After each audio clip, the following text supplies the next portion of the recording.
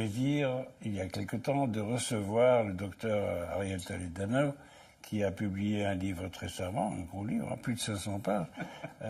Enfin, il y a 640. 640. Il y a Médecine et sagesse juive sur les rapports de la médecine et de la sagesse. Si vous le permettez, il y a quelque chose qui m'intéresse, en tout cas qui m'a beaucoup intéressé, et moi qui suis confronté à des malades au quotidien, c'est à ce passage de la Bible dans lequel il est écrit « Tu choisiras la vie ».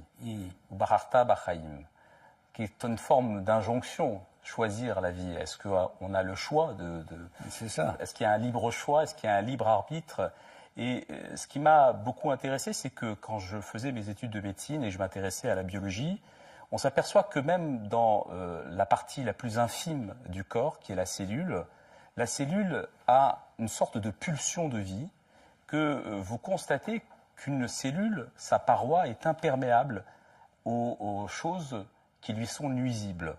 La paroi de la cellule ne va pas laisser rentrer dans sa cellule des choses qui lui sont nuisibles, mais par contre, elle va être perméable à tout ce qui va pouvoir la nourrir, qui va être intéressant pour son fonctionnement.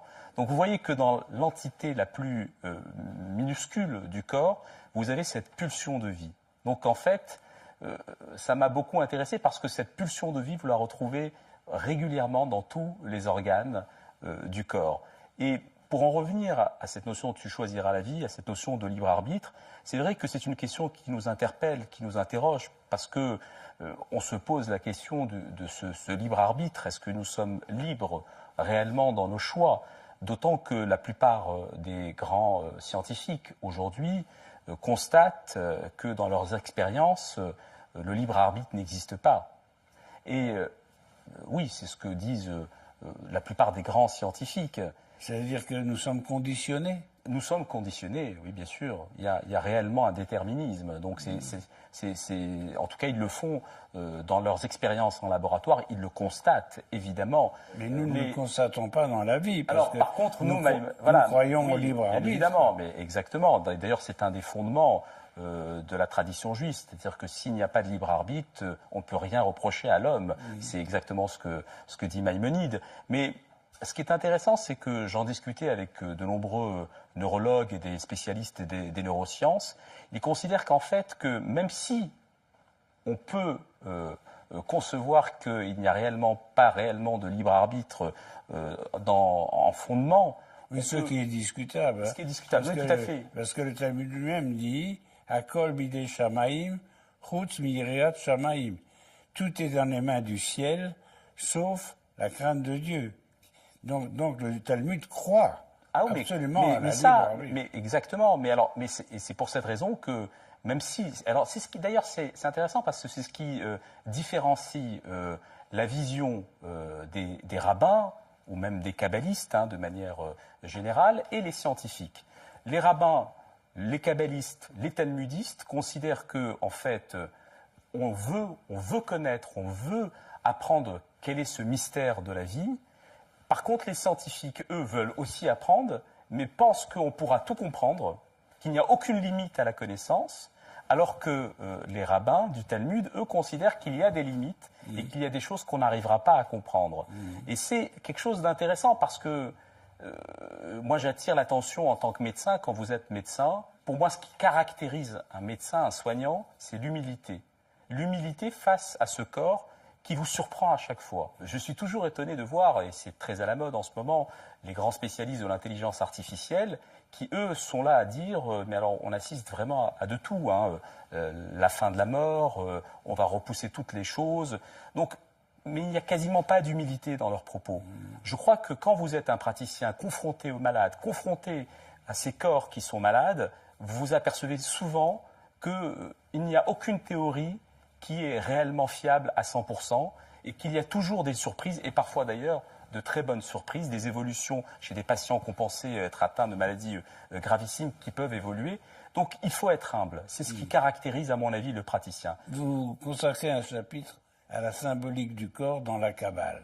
C'est quelque chose qui m'a beaucoup intéressé et qu'on avait déjà abordé dans d'autres émissions, c'est-à-dire que les expressions en hébreu qui veulent signifier des corps, des organes, peuvent révéler des informations sur les organes.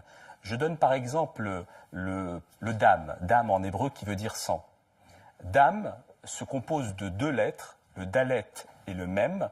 Dalet, c'est le chiffre 4 et le mem, c'est le chiffre 40. Vous avez donc une suite numérique qui évolue 4, 40. Oui. Donc la raison de cette suite numérique, c'est le chiffre 4.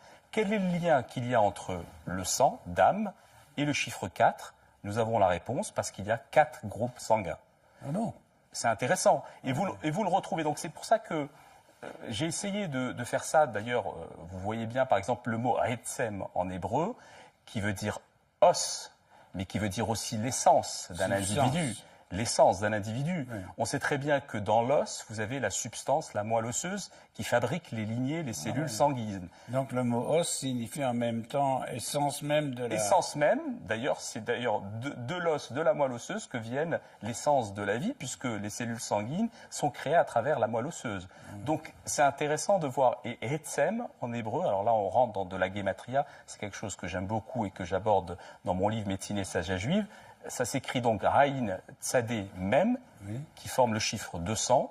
Et 200, c'est exactement le nombre d'os que l'on a dans le corps. Vous voyez, à peu près. Ça a été répertorié ? Ah, tout à fait, exactement. Donc c'est très intéressant. Et vous l'avez à de nombreuses reprises. C'est ce que je suis en train de vous dire. Par exemple, c'est quelque chose qui n'a pas de lien avec la médecine, mais le mot Bechor en hébreu, qui veut dire aîné, s'écrit Bet, Chaf, Resh. Bet, c'est 2, Chaf, c'est 20, Resh, c'est 200. Vous avez encore cette suite numérique de raison 2. Et nous savons dans la tradition juive que l'aîné a une double part. C'est intéressant parce que Bechor, c'est constitué de 3 lettres, 200, 2, 200 et 20.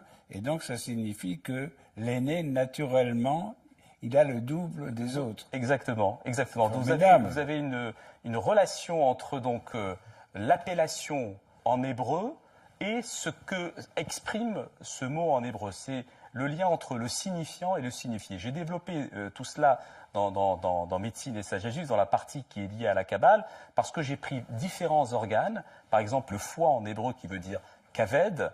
Kaved, ça veut dire également lourd, et il suffit de savoir que, par exemple, le foie, c'est le plus lourd des organes. Si on a une maladie du foie, on éprouve de la lourdeur aussi. Oui, aussi. Mais ce qui est intéressant aussi, c'est que le foie a été, on parlait dans une autre émission de la circulation sanguine, c'est que pendant des années, le foie était l'organe central, selon la médecine de l'Antiquité, l'organe qui était à l'origine, au centre de la circulation. On a après compris que c'était non pas le foie, mais qui était le cœur. Mais il est intéressant de voir que ce mot kaved veut dire également quelque chose d'honorifique. C'est un organe noble. Parce que kaved, qui signifie le foie, signifie aussi kavod, c'est l'honneur. C'est pour ça que vous dites que c'est un organe noble. Donc vous avez comme ça sur le foie, vous avez aussi des informations sur, par exemple, les dents en hébreu qui se disent shinaïm. Shinaïm, ça veut dire également une sorte de double, de duplicité. Shinaïm, ça évoque donc les mandibules inférieures, mandibules supérieures. Vous avez donc comme ça des informations à travers les expressions anatomiques en hébreu des organes qui permettent de définir certaines choses. D'ailleurs, c'est le principe de la Kabbale, c'est de dévoiler des choses qui ne sont pas a priori retrouvées de manière littérale. Et d'ailleurs, c'est l'objet de cette seconde réflexion de médecine et sagesse juive, c'est-à-dire que je me suis dit, mais la Kabbale, c'est quoi ? La Kabbale, c'est en fait essayer de dévoiler ce que le texte de la Bible nous voile. Et nous, les médecins, qu'est-ce qu'on fait au quotidien ? C'est qu'on essaye justement, quand on a des maladies, des personnes, des patients qui ont des problèmes devant nous, c'est de dévoiler ce que le corps cache. Donc j'ai fait comme ça ces similitudes, ces affinités qu'il pourrait y avoir entre la Kabbale et la médecine. C'est, entre autres, un des thèmes de médecine et sagesse juive. Alors, il y a un principe intéressant dans Talmud, c'est qu'avant la maladie, Dieu crée le remède. Le remède précède la maladie. C'est très intéressant parce que c'est une notion qui est pleine d'espérance pour un patient. C'est-à-dire que même si nous n'avons pas aujourd'hui des traitements pour toutes les maladies que l'on peut connaître, on sait très bien que on pourra trouver, parce que dans le monde, il y a des possibilités de traitement. Et ceci est inspiré d'un passage de la Bible, qui est le fameux passage où Moïse et le peuple a soif. et il se retrouve face à un cours d'eau qui est amer, hein, que c'est l'épisode de Mara. C'est ça. Et le peuple va se rebeller, veut boire, mais il ne peut pas le boire. Et Moïse va demander à Dieu de trouver une solution. Et Dieu va lui dire, c'est très intéressant, va lui dire, prends ce bois qui est là et mets-le dans l'eau. Et ce bois, c'est le bâton de Moïse. Non, c'est un bois spécifique. Un bois spécifique. Etz, ouais. Et il va lui dire, le texte est précis, note Vayoreu Hachem. Et c'est intéressant parce qu'ils auraient pu écrire Vayar Ehu, simplement en le montrant. Et en employant donc cette dénomination Vayoreu, il y a une notion d'enseignement de la part de Dieu pour transmettre une information, comment rendre une eau potable. Et il y a un commentateur qui est plus qu'un commentateur, c'est Ben Sira, qui est à l'origine d'un livre qui s'appelle le livre de la sagesse de Ben Sira, qui lui ne voit pas le côté miraculeux de cet épisode, mais lui considère que à travers cet épisode, il y a cette information, c'est que dans la nature, il y a toutes sortes de possibilités de traitement à toutes les maladies et que c'est à charge aux médecins, aux chercheurs de les trouver pour justement arriver à traiter ces maladies qu'on peut considérer comme incurables aujourd'hui. Et cette notion d'espérance est une notion tellement importante pour nous, médecins, parce que je conclus mon livre sur cette notion-là, qui est « Soigner, c'est dire espérance ». J'aime bien raconter cette histoire, cet épisode d'Ézéchias, qui se trouve dans le livre des rois, où le roi Ézéchias est malade et reçoit la visite du prophète Isaïe. On s'attendrait, quand on reçoit la visite, quand on est malade, on s'attend à ce que le prophète nous dise « ça va aller, ne t'inquiète pas ». Et le prophète, qu'est-ce qu'il lui dit ? « Fais tes affaires, tu vas mourir ». Oui, parce qu'il dit au roi qu'il n'a pas donné sa fille en mariage. Alors là, vous dévoilez trop à nos téléspectateurs, non, mais quand même. mais en tout cas, oui. Mais en tout cas, il va lui dire « tu vas mourir ». Et là, le roi va commencer à dire au prophète « Sors de mon palais, je n'ai pas l'habitude d'écouter ce genre de choses. J'ai appris de mon aïeul, du roi David, que si même un glaive est posé à mon cou, je prierai Dieu et je m'en sortirai. » Et c'est intéressant parce que si le prophète Isaïe vient voir le roi Ézéchias, il n'y va pas seul de sa propre décision. Je pense que il était envoyé par Dieu et que en fait la maladie du roi Ézéchias devait malheureusement entraîner sa mort. Le fait que Ézéchias a montré une forme d'énergie et de contrition aussi. Exactement. Et cela a été écouté par Dieu. Et donc ce même prophète qui lui a annoncé sa mort va revenir dans le palais et va lui annoncer qu'il aura 15 ans de vie supplémentaire. Et cette notion que rien n'est perdu dans la vie, cette notion d'espérance est une notion que je retrouve bien évidemment dans les écrits de la Bible, mais à plusieurs niveaux dans le Talmud et dans les textes de la Kabbale. Bon, bien merci beaucoup pour tous ces enseignements qu'on retrouvera dans Médecine et sagesse juive aux éditions InPress. Merci beaucoup. Merci à vous.